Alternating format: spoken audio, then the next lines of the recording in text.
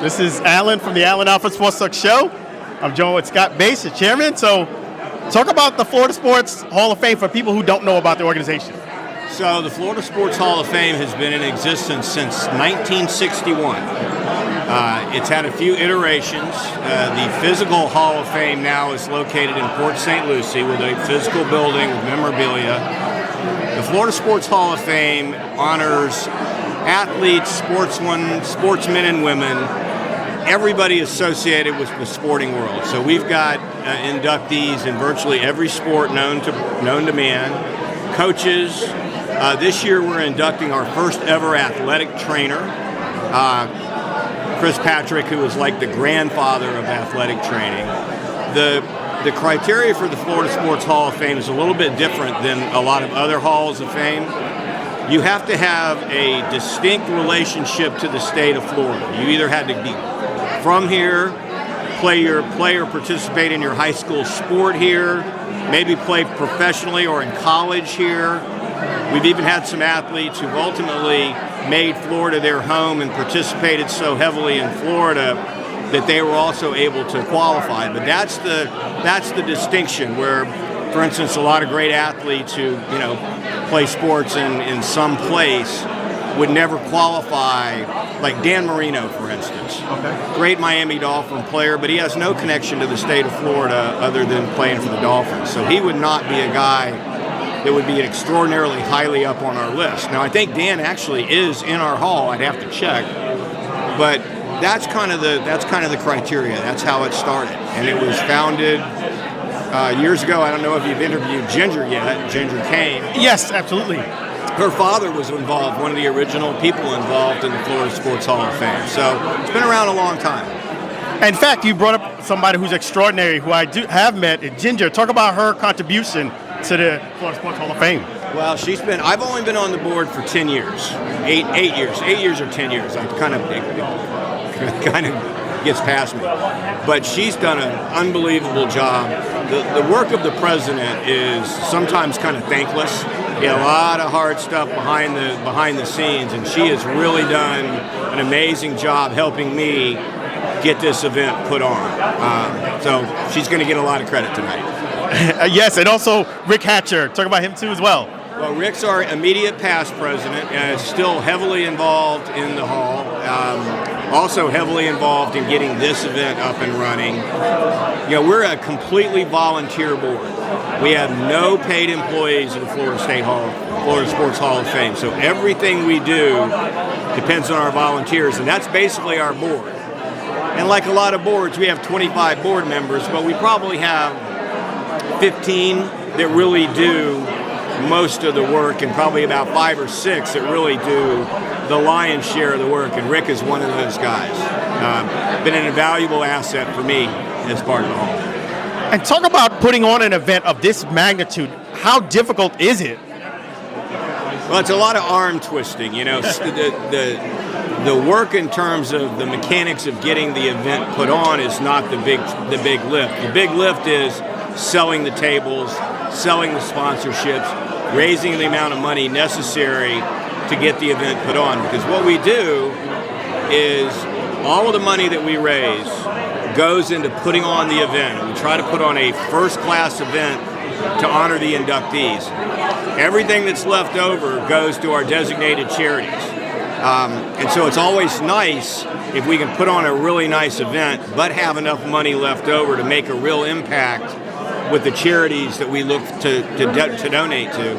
All of our charities are focused on children, sports, and health.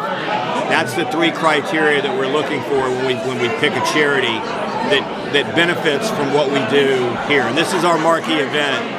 And we have a really cool charity that's gonna benefit from this, called the Orlando All-Star After School All-Stars. A very cool program. So that's kind of the mechanics of it. The selling of the tables is the hardest part. Yeah, and talk about the 8 inductees that are being inducted this year. How excited are you for them? Well, it's kind of interesting. Again, across the board group of people. We've got Chris Patrick, the trainer, the athletic trainer. That's really cool because he's the first of his kind. and he's influenced so many people in his area that I think we've got about 35 people that bought individual tickets solely because they wanted to be here for his induction. Scott Hutchinson, another University of Florida player. Scott and I have been friends since we were 8 years old, so that's a personal one for me, and I'm really proud of him. Done a lot of great stuff, so that's a very, very cool thing for me.